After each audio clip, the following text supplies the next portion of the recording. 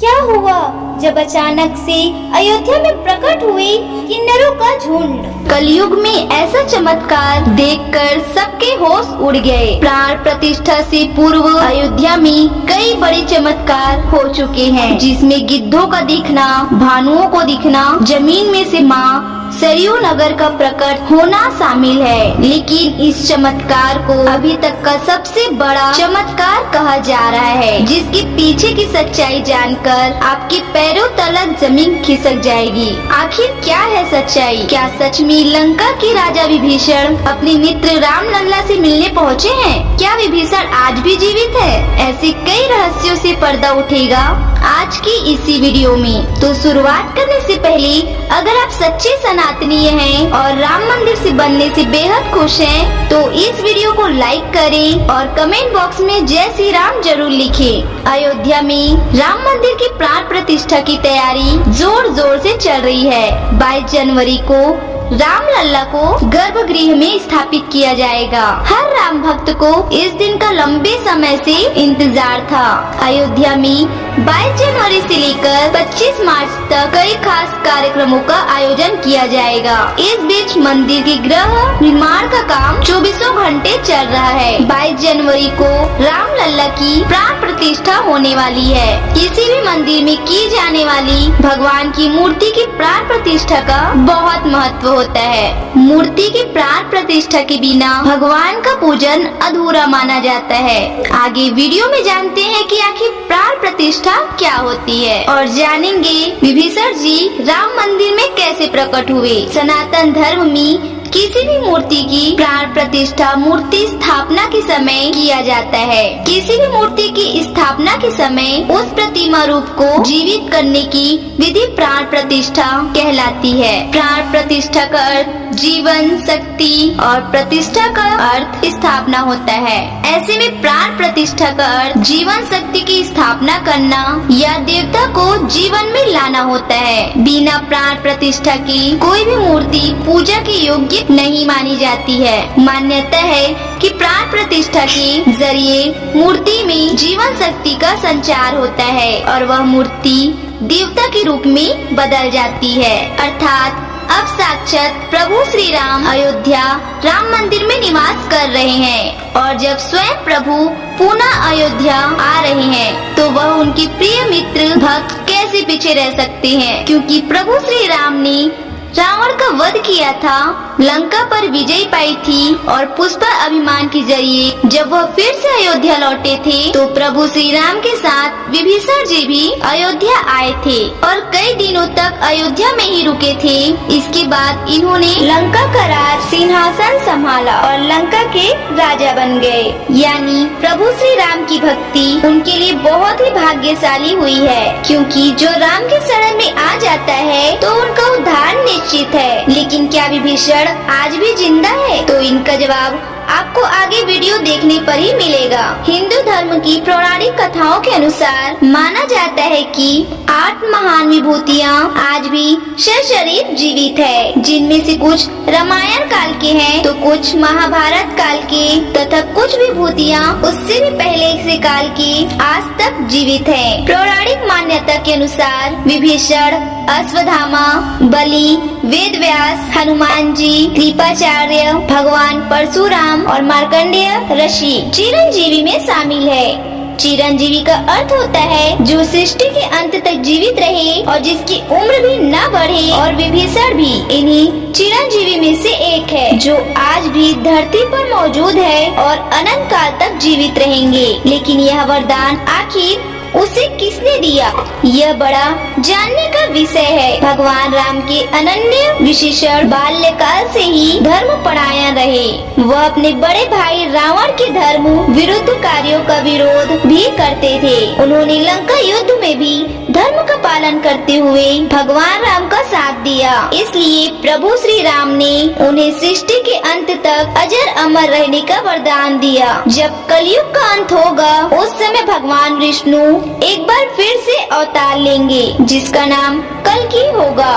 तब ये 8 चिरंजीवी भगवान कल्कि का साथ देंगे और फिर से सतयुग की स्थापना करेंगे। इसका मतलब यही निकलता है कि विभीषण आज भी जीवित है। लेकिन आखिर प्राण प्रतिष्ठा से पहले उन्हें राम मंदिर में कब और कैसे देखा गया? आगे वीडियो में जो घटना हम आपको बताने वाले हैं उसे सुनकर आपके होश उड़ जाएंगे। ये घटना है 11 जनवरी 2024 की रात्रि 12 बजे की। रोजाना की तरफ सभी मजदूर राम मंदिर का गर्भगृह का कार्य करके अपने तंबू में विश्राम कर रहे थे। तभी मजदूरों को मंदिर के अंदर से प्रभु श्री राम के जाप की ध्वनि सुनाई दी। अभी किसी भी अन्य व्यक्ति को रात्रि के समय राम मंदिर में घुसने की अभी अनुमति नहीं है। तब उन्हें ऐसा लगा कि शायद किसी आसपास के मंदिर द्वारा उन्हें ध्वनि सुनाई दे रही है। तो सभी मजदूर रात्रि में वापस फिर से सो गए।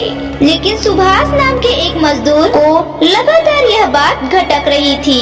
उसे यह आवाज राम मंदिर से आते प्रतीत हो रही थी। तो उसके मन में जानने की उत्सुकता हुई, आखिर इतनी रात्रि को राम मंदिर के अंदर राम राम का जाप कौन कर रहा है? उसने अपने साथियों को उठाना चाहा, लेकिन सभी गहरी नींद में थे। तब सुभाष अकेले ही राम मंदिर के अंदर पहुंचा। वे काफी महीनों से राम मंदिर के निर्माण के कार्य का हिस्सा था। उसे राम मंदिर का एक एक दरवाजा, एक एक कोना अच्छी तरह से पता था। जब उसने राम मंदिर के गर्भगृह में झांक कर देखा तो वहाँ पर एक बहुत ही दिव्य पुरुष, जिनके अंदर से काफी तेज प्रकट हो रहा था। वे अपने हाथों में माला लिए राम राम का जाप कर रहे थे। ऐसा लग रहा था मानो काफी दिव्य पुरुष हो और किसी पौराणिक समय से आए हो। उनके बैठने का तरीका और उनका अंदाज राजाओं की तरह मालूम पड़ रहा था। सुभाष यह नजारा देखकर दंग रह गया। इसके बाद सुरेश अपने साथी मजदूरों के पास गया और उसने सारी सच्चाई बताई। और जब सब मिलकर राम मंदिर के ग्रह पर पहुँचे तो सभी के होश उड़ गए, क्योंकि वह दिव्य व्यक्ति वहाँ से गायब हो चुके थे। चूँकि रात्रि का समय चल रहा था तो सभी लोग सुभाष की बातों को भ्रम समझ रहे थे और कोई भी उनकी बात को मानने को तैयार नहीं था। लेकिन सुभाष जानता था कि वो जो कुछ भी देखा है वह बहुत ही बड़ा चमत्कार है। लेकिन उसके मन में एक ही सवाल था कि रात्रि 12 बजे राम मंदिर में राम राम का जाप करते हैं तो वो दिव्य पुरुष आखिर थे कौन? क्योंकि आज के समय में किसी पुरुष के अंदर इतना तेज नहीं हो सकता। उनका संबंध पौराणिक काल से ही हो सकता है। और अगर रामायण काल की बात करें तो दो ही शख्सियत हैं जिनके होने का दावा आज भी कलयुग में कहा जाता है। पहले है हनुमान जी और दूसरे है विभीषण। तो पूरी संभावना यही है कि सुभाष ने राम मंदिर में रात्रि के समय जिस महापुरुष को देखा था वह राजा विभीषण हो सकते हैं, क्योंकि वह आज भी धरती पर जीवित हैं और 8 चिरंजीवी में से एक हैं। ऐसे दिव्य मौके पर राम मंदिर में कई ऐसे चमत्कार लगातार हो रहे हैं, जहां कहीं दिव्य शक्ति भी राम भगवान के स्वागत के लिए अयोध्या आ पहुंची है। राम मंदिर के उद्घाटन की तैयारी अब अंतिम चरण में है। इस बीच एक और जहां श्री राम जन्मभूमि तीर्थ लगातार तैयारी की जानकारी साझा कर रहा है, वही राम मंदिर के इस महायज्ञ में देश का हर राम भक्त अपनी आहुति अर्पित कर रहा है। आने वाली 22 तारीख के मौके पर कई संत महात्मा और जिन भक्तों ने राम मंदिर के लिए संघर्ष किया वो सभी अयोध्या पहुंचेंगे। न केवल 22 जनवरी को बल्कि 12 जनवरी से ही मेहमानों का अयोध्या जाने का सिलसिला शुरू हो गया है। राम मंदिर में 11,000 से ज्यादा VIP मेहमानों के लिए स्वागत की तैयारी की जा रही है। एक समय था जब यही अयोध्या में राम लल्ला टेंट में विराजमान थे। आज वही पक्का घर श्री राम लल्ला को नहीं बल्कि पक्का घर देश के 4 करोड़ गरीबों को भी मिला। रामायण के समय में अयोध्या को स्वर्ग कहा जाता था। देवता इस स्वर्गनील नगरी कहते थे, क्योंकि यह नगर चारों तरफ से हर प्रकार की सुविधा से युक्त था। लेकिन जब मुगल आक्रांताओं ने भारत पर आक्रमण आक्रमण किया तो पूरे अयोध्या नगर को उजाड़ कर रख दिया। मंदिर के ध्वस्त होने के बाद कई सालों तक यह भूमि वीरान रही और किसी भी हिंदू सनातनीय को इस क्षेत्र में आने की अनुमति तक नहीं थी। लेकिन पुनः प्रभु श्री राम जी की कृपा हुई। यहाँ श्री राम का भव्य मंदिर बनने के बाद यहाँ आने वाले लोगों की संख्या में बहुत बड़ी वृद्धि हुई।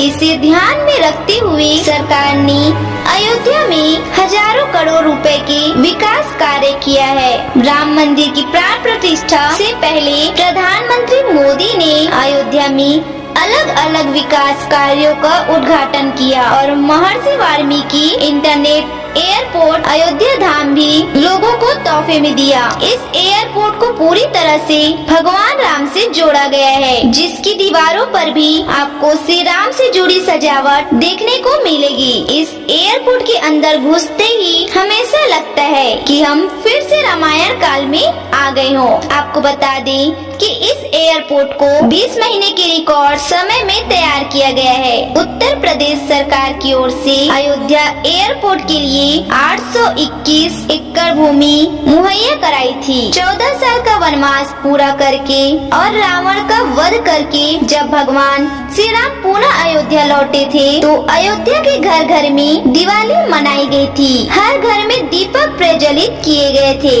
तो अब पुनः प्रभु श्री राम अपने धाम को लौटने वाले हैं तो हम 140 करोड़ देशवासी कैसे पीछे रह सकते हैं। अयोध्या में विवाद स्थल पर 500 साल बाद प्रभु श्री राम के मंदिर निर्माण और श्री राम लल्ला की स्थापना के जश्न में 22 जनवरी को सिर्फ देश ही नहीं बल्कि पूरी दुनिया दिवाली के दियों से जगमग होगी। अयोध्या से पीएम मोदी ने सभी 140 करोड़ लोगों से 22 जनवरी के दिन अपने घरों को श्री राम ज्योति से नामक दीपक रोशनी से अपने घरों को जगमग करने का आह्वान किया है। प्रधानमंत्री ने लोगों से हाथ जोड़कर यह प्रार्थना की है कि सभी देशवासी प्रभु श्री राम लल्ला की अयोध्या वापसी के जश्न में अपने अपने घरों को दिए से जगमग कर दे। यानी पूरे देश में इस बार 22 जनवरी को ऊर्जा, आशा, आकांक्षा और उम्मीद व जोश से भरपूर एक नई दिवाली देखने को मिलेगी।